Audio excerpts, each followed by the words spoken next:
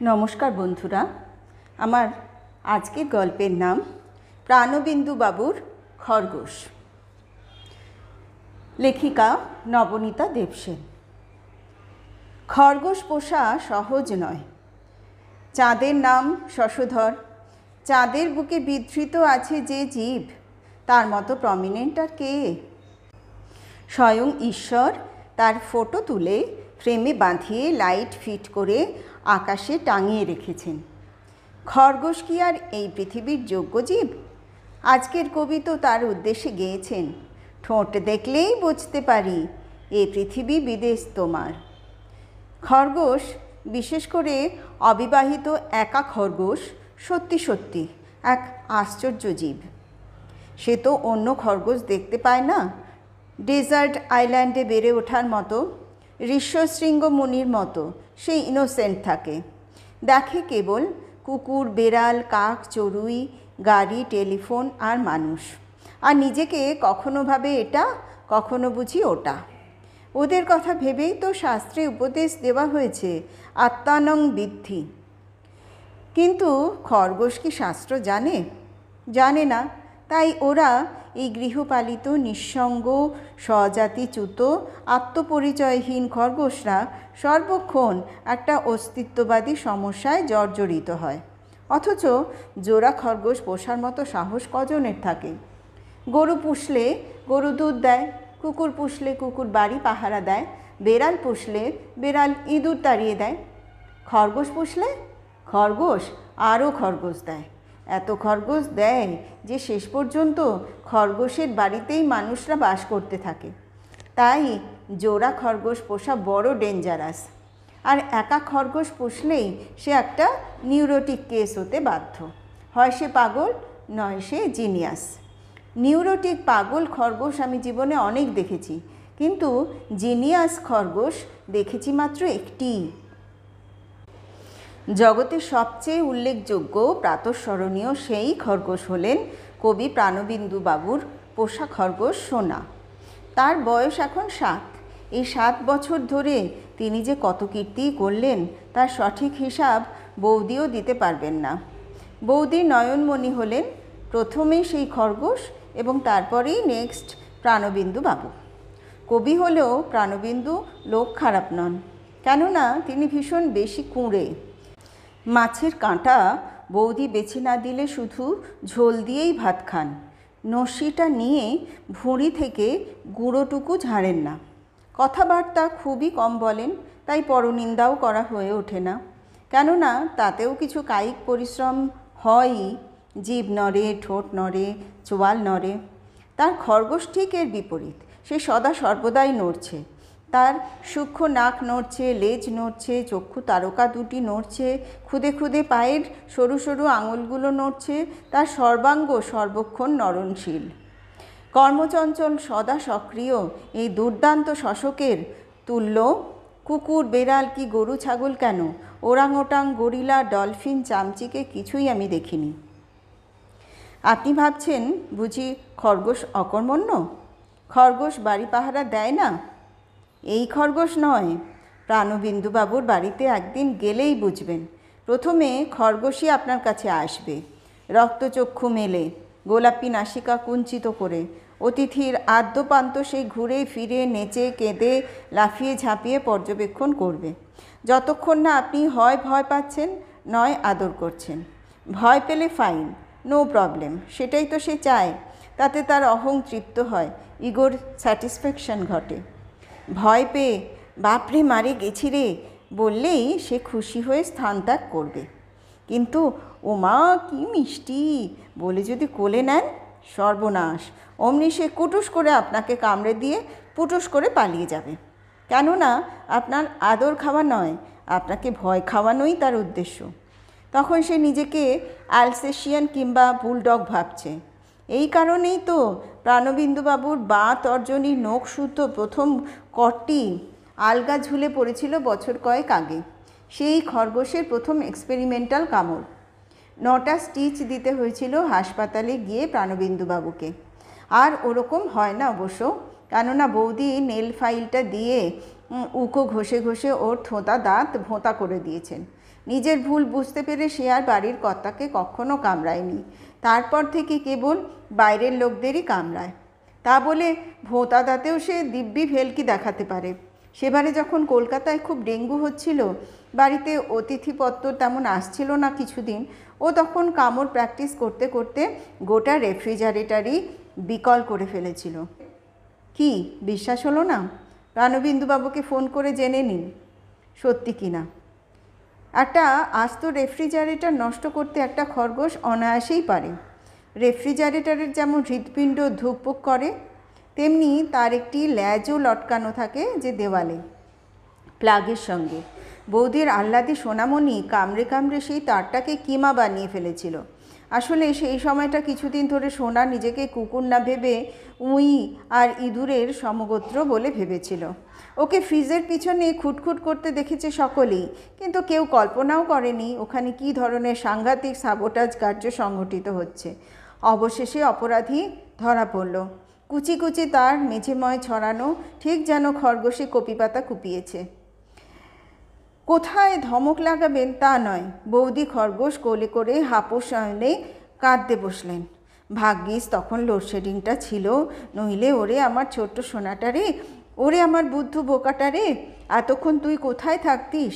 এই অলক্ষণে সব্বন এসে এসি এরিয়ায়।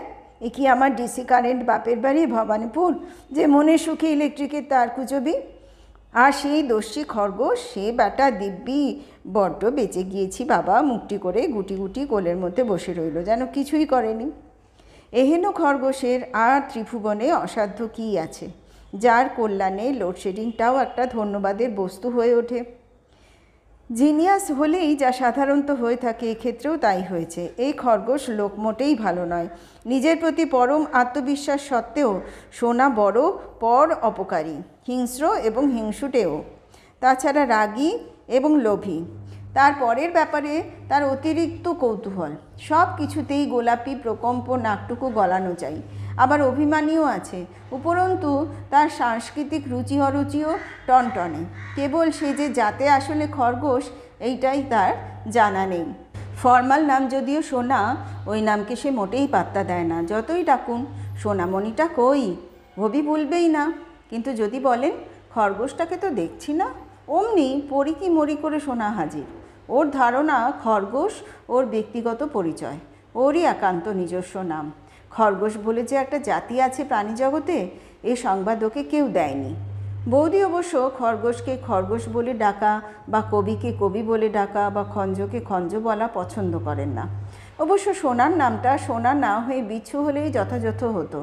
বিচ্ছু বলে বিচ্ছু একে একে বলি।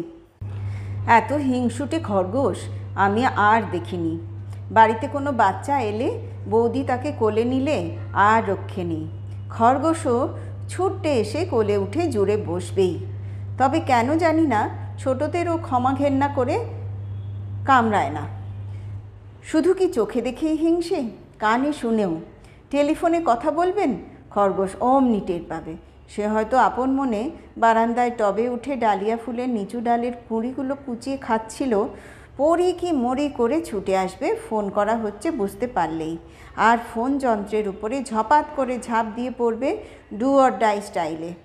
ফোন যন্ত্রের সঙ্গে বৌদির যোগাযোগ সে একদম সইতে পারে না। খরগোশ ফোনটাকে সবে গিয়ে আক্রমণ করে, আঁচড়ে কামড়ে নিজেরই নাক মুখ ছেঁচে ফেলে। ফলে ফোনের জন্যেই একটা খাঁচা বানিয়ে দিতে হয়েছে। খরগোশের কোনো খাঁচা নেই। হ্যাঁ, ছেলেবেলায় অবশ্য ছিল। অনেক দিন ধরে চেষ্টা করেও যখন তারের জাল কাটতে পারল না, তখন অভিমানের চোটে জালে নাকটি ঘষে ঘষে রক্ত গঙ্গা করল। দুঃখে গদগদ হয়ে বৌদি ওর জন্যে পাটকাঠি দিয়ে স্পেশাল খাঁচা বানিয়ে দিলেন। সেই ভেলভেটের মতো নরম কাঠিতে নাক ঘষলেও রক্ত পড়বে না। খরগোশ তো এদিকে ভীম ভবানী গোবরবাবু। পাটকাঠির খাঁচা পেয়ে সে 2 মিনিটেই খাঁচা টাচা ভেঙে বেরিয়ে বিজয়ী বীরের মতো মার্চ করে ঘরময় ঘুরে বেড়াতে লাগলো, যেন প্রেসিডেন্সি জেল ভেঙে বেরিয়েছে। সেই থেকে সোনা ছাড়াই থাকে, রাত্রে বৌদির খাটে উঠে ঘুমোয়। ইদানিং ফোনের প্রতি তার হিংসে এত বেড়েছে যে ফোনের সময়ে সে যে অপকর্মটি করে সেটি লেখনযোগ্য নয়। ফোন বাজলেই হলো, অথবা ডায়াল ঘোরানো শব্দ হোক, অমনি খরগোশ দৌড়ে এসে বৌদির শ্রীচরণে গরম গরম 1 চামচ চরণামৃত ঢেলে আরও দৌড়ে পালিয়ে যাবে। এই হচ্ছে তার শেষ অহিংস প্রতিবাদ এবং দৃষ্টি আকর্ষণের শেষ পদ্ধতি। ধর্না ঘেরাও ফেল করলে ছাত্র শ্রমিকরাও এই পদ্ধতিটা হয়তো ট্রাই করবেন ভবিষ্যতে। একে জিনিয়াস ছাড়া কী বা বলা যায়। সোনার কল্পনার শেষ নেই। বিকেল 4টে বাজলেই সোনা চায়ের টেবিলে ঘুরঘুর করতে থাকে। প্লেটে করে তাকে একটু চা ঢেলে না দিলে সে প্রাণবিন্দুবাবুর কাপের ওপরেই হামলে পড়ে। জানে কি না যে তিনি মানুষটি কুঁড়ে, অত কষ্ট করে খরগোশ টরগোশ তাড়িয়ে চা খাবার মতো পরিশ্রমে অপারগ। প্রাণবিন্দুবাবুর চাটি খেয়ে নিয়েই সে সোজা আলমারির কোণে চলে যায় এবং তারপরেই ফুলঝাড়ু খাওয়ার মচর মচর শব্দ হতে থাকে সেখানে। চা দিয়ে ফুলঝাড়ু খাওয়া ওর একটা শৌখিন অভ্যেস, নেশাই বলা যায়। নেশায় মানুষ কী না করে। নেশার কবলে পড়ে মানুষই মানুষের সর্বনাশ করে ফেলে, আর এ তো সামান্য খরগোশ। ও যে নেশার ঘরে মানুষের সর্বনাশ করবে এ তো সোজা কথা। লোকে কেবল মদের নেশার কথাই শোনে, কিন্তু চায়ের নেশাও যে কতদূর সর্বনেশে হতে পারে আমরা তা বুঝলুম এই খরগোশকে দেখে। প্রাণবিন্দু বৌদির ছোট বোনের অত চমৎকার সম্বন্ধটি ভাঙল কেন? এই নেশারু খরগোশের জন্যেই তো। মেয়ে দেখতে এসেছিলেন পাত্রের কাকা কাকিমা আর দিদি। বৌদি, বৌদির বোন, প্রাণবিন্দুবাবু সকলেই উপস্থিত আছেন। আমরাও রান্নাঘরের কাছাকাছি ঘুরে ঘুরে উপস্থিত আছি। যেহেতু প্রাণবিন্দুবাবুর মা জেঠিমা সেই ঘরে খুব ব্যস্ত, নানা রকম প্রাণ মাতানো গন্ধ বেরোচ্ছে। খাওয়া দাওয়া গল্পগুজব বেশ জমেছে। এমন সময়ে বৌদির বিয়ের দানে পাওয়া শৌখিন বিলিতি টি সেটে সোনার বর্ণ চা এলো। পাত্রের কাকা চায়ের কাপটি মুখে তুললেন। কাকিমা চা হাতে নিয়ে গল্প করছেন, ঠিক মুখে তুলবেন এমন সময় সোনা কোথা থেকে তেড়ে এসে ভীম বিক্রমে তার কাপের ওপর ঝাঁপ দিয়ে পড়ল। মোড়া চাপা দিয়েই রাখা হয়েছিল তাকে। এই অসময়ে তার বেরোনোর কথাও নয়, কিন্তু তালে গোলে কে কখন মোড়াটা সরিয়ে ফেলেছে আর যায় কোথায়। সোনা সোজা চায়ের টেবিলে। খরগোশের এই ব্যাঘ্র ঝম্পনে বরের কাকিমার হাত থেকে বিলিতি কাপ মেঝেই পড়ে ঝনঝন করে ভেঙে গেল। ভাঙবার আগে খানিক চা চলকে পড়ল পাত্রের দিদির ঢাকাই জামদানিতে। সঙ্গে সঙ্গে 3 দফা প্রচণ্ড হায় হায় হা হা রব, আর 1 দফা ঝর্নার মতো খিলখিল শব্দ শোনা গেল। আমরা দরজার কাছে দৌড়ে এলুম। কি ব্যাপার? ব্যাপার 4 রকমের। 1, বৌদি তার বিয়ের বিলিতি কাপ ভাঙার দুঃখে ডুকরে উঠলেন। পাত্রপক্ষের সামনে এটা ভুল ট্যাকটিক্স হয়ে গেল। 2, পাত্রের দিদি তার ঢাকাই জামদানিতে চা পড়ে দাগ লেগে যাবার শোকে বিলাপ করে উঠলেন। 3, পাত্রের কাকিমার পায়ে গরম চায়ের প্রবল ছ্যাঁকা লাগলো বলে তিনি যন্ত্রণায় কাতরে উঠলেন। এবং 4, পাত্রীটি নিতান্তই ছেলে মানুষ। হঠাৎ এই খরগোশের কীর্তিকলাপে এবং ত্রিমূর্তির কোরাসে হা হুতাশে সে খিলখিল করে হেসে লুটিয়ে পড়ল টেবিলের ওপরে। আর তাকে কিছুতেই থামানো গেল না। হাসতে হাসতেই সে ঘর ছেড়ে দৌড়ে পালিয়ে এলো আমাদের কাছে। আর সোনা লাফিয়ে লাফিয়ে ব্যস্ত সমস্তভাবে প্রত্যেকের কাপ থেকে নিরপেক্ষভাবে চা চেখে বেড়াতে লাগলো, যেন সে মকাই বাড়ির মহামান্য টি টেস্টার। বলা বাহুল্য, শাঁসালো সম্বন্ধটা সেই যে ভেঙে গেল চায়ের কাপের সঙ্গে সঙ্গে আর জোড়া লাগলো না। এহেন সর্বনেশে ধানিলঙ্কা খরগোশ কি না পারে। জার্মান ফ্রিজ, বিলিতি কাপ, বাঙালির ঘটকালি এসব তো সেই চকিতেই ভাঙতে পারে, কিন্তু দোতলা থেকে পড়ে গিয়ে ও নিজের মাথাটি ভাঙে না।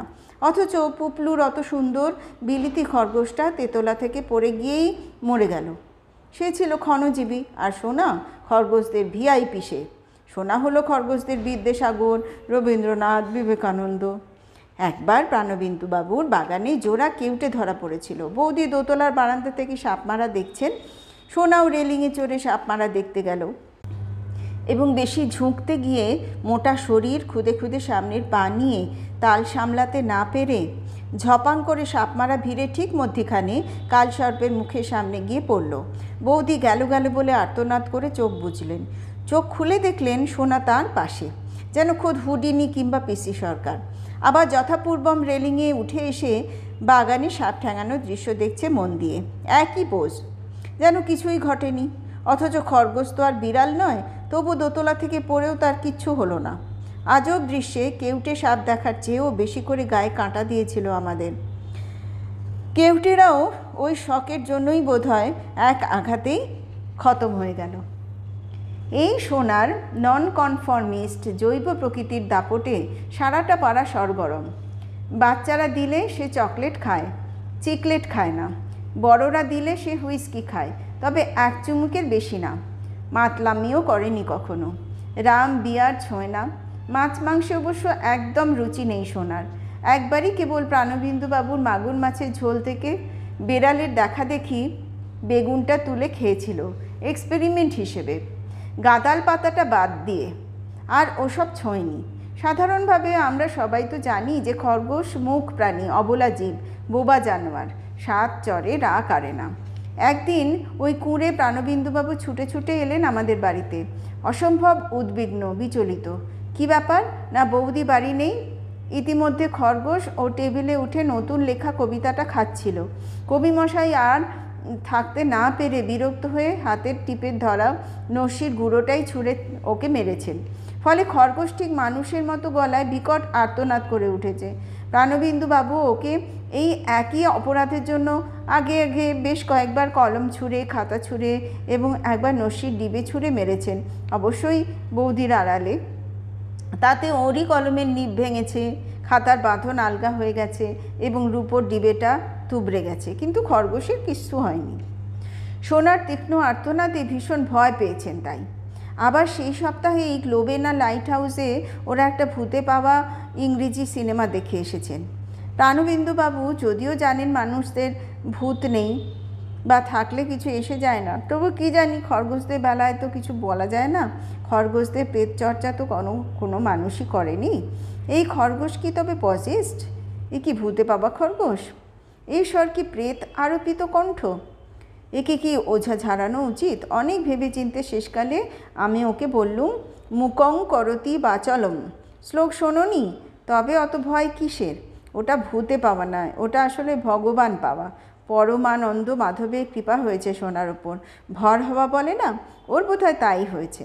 যখন মনে হলো এই ব্যাখ্যাটা প্রাণবিন্দুবাবুর কবি মনে প্রায় ধরেছে, ঠিক এমনি সময় বাজার করে বৌদির প্রত্যাবর্তন। ব্যাপার শুনে একটুও না চমকে বৌদি চোখ পাকিয়ে বললেন, আহা হা, মরে যাই, সোনার এমন কচি নাক, তাইতে ওই কড়া নসির ঝাঁঝ গেলে হেঁচে দেবে না বেচারা? একটু হাঁচবার জো নেই, অমনি ভূত ভগবান নিয়ে টানাটানি শুরু করেছ। সাপের হাঁচি যেমন বেঁধে চেনে, খরগোশের হাঁচি বৌদি। শুধু কি তাজা কবিতাতেই সোনার রুচি? উঁচু আরও আছে। সোনার কালচারাল অ্যাক্টিভিটির দিকটা মোটেই ফেলনা নয়। প্রাণবিন্দুবাবু আর্ট ক্রিটিক, ছবির কদর আছে ওর কাছে। বাড়ি ভর্তি অরিজিনাল ছবি ঝুলছে। সোনার ওদিকে আজকাল তেমন নজর নেই, আগে ছিল যথেষ্টই। একবার একজন অল্প বয়সী শিল্পী তার কিছু ছবি রেখে গিয়েছিলেন প্রাণবিন্দুবাবুর কাছে বেচে দেবার ব্যবস্থা করতে। সোনারই দৌলতে তার দুটি ছবি প্রথম দিনেই বিক্রি হয়ে যায়। সোনার খুবই পছন্দ হয়েছিল, মাটন রোলের মতো গোটানো ছবি দুটি, সুস্বাদু লেগেছিল। প্রাণবিন্দুবাবু যখন ধরে ফেললেন তখন আর তার ছবি দুটো কিনে নেওয়া ভিন্ন গতি ছিল না। উচ্ছিষ্ট ছবির ছিবড়ে টেবিলের তলা ভরে উঠেছে। সেই থেকে ছবি থেকে সোনাকে দূরে দূরে রাখা হয়। কিন্তু গান বাজনায় সোনার উৎসাহ এখনও অপরিসীম। বৌদি কোন বইতে যেন পড়েছিলেন, লাল চক্ষু খরগোশরা বধির হয়। সোনার চক্ষু রক্তবর্ণ হলে কি হবে, সে মোটেই বধির নয়। সেই থেকে বৌদি আর ছাপার হরফে কিছু লেখা দেখলেই সেটাকে অবিশ্বাস করেন। রেকর্ডের ভোকাল অর্থাৎ মানুষের গাওয়া গান শোনা মোটে সহ্য করতে পারে না, কিন্তু যন্ত্রসঙ্গীত শুনতে খুব ভালোবাসে। যতক্ষণ রেকর্ড চলবে হিজ মাস্টার্স ভয়েসের ছবির মতো গ্রামোফোনের সামনে নিষ্ঠা সহকারে পিছন ফিরে বসে থাকবে সোনা, সমাধিস্থ হয়ে, যেন ভবতারিণীর সামনে রামকৃষ্ণদেবের মূর্তি। প্রাণবিন্দুবাবু আর বৌদি দুজনেই এই দৃশ্যটা অতিথিদের দেখিয়ে মজা পান। একটা মজা দেখবেন বলে গ্রামোফোনে যা হোক একটা বাজনা লাগিয়ে দেন, রবিশঙ্কর অথবা পাবলু কাসালস, যাই হোক, অমনি সোনা যেখানেই থাকুক ছুটতে ছুটতে এসে যোগাসনে বসে যাবে। কিন্তু অতিথির অবাক হবার আরও কিছু বাকি আছে। মাঝপথে ওই বাজনা তুলে নিয়ে প্রাণবিন্দুবাবু ম্যাজিশিয়ানদের মতো পাঞ্জাবির হাতা গুটিয়ে বলেন, এবার দেখুন, তারপর ভোকাল লাগান। সাইগল যেই বলেন, একটুকু ছোঁয়া লাগে, অমনি শিউরে উঠে এক লম্ফে সোনা পগার পার। অবশ্য এ ব্যাপারে শচীন কর্তা কি লতা মঙ্গেশকর, বব ডিলান কি মরিস শেভালিয়ের সবাই সোনার কাছে সমান। হয়তো এমন হতে পারে যে যন্ত্র থেকে যন্ত্রসঙ্গীত বেরোচ্ছে, এটা তার কাছে স্বাভাবিক লাগে, কিন্তু যন্ত্র থেকে অদৃশ্য মানুষের কণ্ঠস্বর বেরোচ্ছে, এতে তার ভয় করে। তা কারণটা যাই হোক, স্পষ্টতই সঙ্গীত বিষয়ে শোনার স্বকীয় মতামত আছে। নস্যি ঝাড়তে ঝাড়তে প্রাণবিন্দুবাবু মৃদুহাস্য করেন আর বলেন, ওর বেশ পছন্দ আছে, কি বলো? বৌদি তাই শুনে চায়ের কাপে চামচ নাড়তে নাড়তে বলেন, যত আদেকলাপনা। দুদিন হলো প্রাণবিন্দুবাবুর চশমাটা খুঁজে পাওয়া যাচ্ছে না। বৌদি খুঁজছেন, কেষ্ট খুঁজছে, ঠাকুর খুঁজছে, ঠিকই ঝিও খুঁজে গেল। আমরাও যেই যখন যাচ্ছি, যে যেমন করে পারছি সারা বাড়িটা ঘেঁটে ঘুঁটে চশমা খুঁজছি। কত কি হারানো জিনিস বেরিয়ে পড়ল। না দেওয়া ইলেকট্রিকের বিল, 5 বছর আগে আমাদের বাড়ি থেকে ধার করে আনা 3খানা গল্পের বই, প্রাণবিন্দুবাবু ঠাকুরদার হিসেবের খাতা, কিন্তু চশমা আর বেরোয় না। চশমা বিহনে প্রাণবিন্দুবাবু বিনা খরচেই চোখে দার্জিলিং দেখছেন। চারদিকে মেঘ মেঘ, কুয়াশা কুয়াশা মনে হচ্ছে। প্রথম বৌদি লক্ষ্য করলেন, খরগোশ দুদিন ধরে মাঝে মাঝেই ভারী কেবিন ট্রাঙ্কের পিছনে সরু হয়ে গলে ঢুকে যাচ্ছে। কেন রে বাবা, কি হচ্ছে ওখানে? ওই দুর্মুষ ট্রাঙ্কের পিছনে হাতও যায় না, চোখও যায় না, কেবল ওই সর্বনেশে খরগোশই যেতে পারে। ব্যাপারটা দেখতে হচ্ছে। কেষ্টতে আর ঠাকুরে মিলে ট্রাঙ্কটা টেনে হিঁচড়ে সরালো। সরাতেই সেখান থেকে পাই পাই করে ছুটে বেরোলেন কে? একতাল ধবধবে পশমের বল, সোনা। কিন্তু সিঙ্গল খরগোশে তো বাসা বাঁধে না। ব্যাপার কি? কী করছিল ওটা ওখানে? ট্রাঙ্কের পিছনে জমে থাকা ধুলো ময়লা ঝুলের স্তূপের মধ্যে প্রাণবিন্দুবাবুর চশমার খাপ। হংকং থেকে আনা সিল্ক ব্রোকেডের তৈরি খাপটাকে চুরি করে নিয়ে গিয়ে খরগোশ লুকিয়ে লুকিয়ে নিষ্ঠা ভরে কুচি কুচি করছিল। চীনে ব্রোকেড হয়তো খেতে ভালো। কি ভাগ্যি, ভোঁতা বলে চশমা পর্যন্ত তখনও দাঁত পৌঁছয়নি। নচ্ছার খরগোশটাকে একেবারে ছুঁড়ে ফেলে দেবো হাওড়া ব্রিজ থেকে। আমাকে জ্বালিয়ে মারলেই খরগোশ। অমনি সাদা বিদ্যুতের মতো একটা কিছু খাটের তলা থেকে বেরিয়ে শশব ব্যস্তে বারান্দায় পালালো। বৌদিও ছুটলেন পিছু পিছু। আয়, আজ তোরই একদিন কি আমারই একদিন। খরগোশ একবারটি কেবল মুখ ফিরিয়ে বৌদির দিকে চাইল। সেই লাল চোখ ভর্তি কেবল অভিমান। তারপর ঝপাত করে ঝাঁপ দিল। বৌদি হাই হাই করে উঠলেন, কিন্তু ততক্ষণ খরগোশের সুইসাইড করা কমপ্লিট। হলে কি হবে, রাখে কেষ্ট, মারে কে? ঠিক তখনই নিচে শাড়িতে মার দিয়ে দুজনে দুকোণে ধরে টান টান করে ঝেড়ে নিচ্ছেন কাকিমা আর জ্যাঠাইমা। সোনা গিয়ে পড়ল ঠিক শাড়ির মধ্যিখানে, যেন দোলার ওপর জগন্নাথ। তারপরই এক লাফে মাটিতে। তারপর কে জানে কোথায় উবে গেল, একেবারে জেমস বন্ডের মতন। চশমা খোঁজার পালা শেষ হয়ে অতএব ও বাড়িতে শুরু হলো খরগোশ খোঁজার পালা। সত্যি গেল কোথায় বেটা? 3 দিন কেটে গেল। প্রাণবিন্দুবাবু ঘন ঘন নস্যি নিয়ে জামাকাপড় নস্যিবর্ণ করে ফেলেছেন। বৌদি শয্যা নিয়েছেন। আমরা ও বাড়ি গেলে চাটা কিছু পাচ্ছি না। আমি ভাবছি এবারে কাগজে বিজ্ঞাপন দেব, সোনা যেখানেই থাকো ফিরে এসো, বৌদি তোমাকে হাওড়ার ব্রিজ থেকে ফেলে দেবেন না। এমন সময়ে কেষ্ট একদিন সকালে ছাদে গিয়ে দেখে ছাদ ভর্তি খরগোশের সদ্যকৃত প্রাতকৃত্য, যেন গোলমরিচের বন। তারপরেই দেখে চিলে কুঠুরির গোল নর্দমা দিয়ে সোনা তরবরিয়ে ঘরের মধ্যে পালালো। ছুটতে ছুটতে নিচে এসে খবরটা ঘোষণা করে দিতেই শয্যা ত্যাগ করে কপি পাতা হাতে বৌদি ছাদে উঠলেন। খরগোশের বিষ্ঠা দেখে কোনো মানুষের কখনো এত আনন্দ হতে পারে তা আমার ধারণা ছিল না। এই তো আমার সোনা এইখানে আছে, সোনা সোনা। সোনা মোটেই বেরোলো না। তার বুঝি মান অভিমান নেই? অগত্যা চিলে কুঠুরির তালা খুলে ঢোকা হলো। কিন্তু জিনিসপত্রে এমনই ছাদ পর্যন্ত ঠাসা সেই ঘর যে তার ভিতর থেকে এক মুঠো একরত্তি একটা খরগোশকে খুঁজে বের করা ফেলুদারও অসাধ্যি। 2 ঘন্টা বাদে বৌদি যখন কপি পাতা আর চায়ের কাপ হাতে নিয়ে কান্না কান্না গলায় বললেন, বাছা আমার 3 দিন কিচ্ছু খায়নি, শুকিয়ে রয়েছে। হায় রে, খরগোশটাকে আর বোধহয় ধরে রাখতে পারলুম না। অমনি লাফাতে লাফাতে বেরিয়ে এলো সোনা। এসেই সোনা বৌদির কোলে। তার মুখময় প্রচুর তুলো লেগে আছে, অনেকটা রবীন্দ্রনাথের মতো দেখাচ্ছে। চিলেকুঠুরিতে তোলা এক্সট্রা বালিশ বিছানাগুলো 3 দিন ধরে খেতে খেতে ও তখন ক্লান্ত, অরুচি ধরে গেছে। তখন বৌদির হাতের গরম গরম 1 কাপ চা নইলে আর চলছেই না। আর তারপরই চাই প্রাণবিন্দুর টাটকা 2 পিস কবিতা। আহ,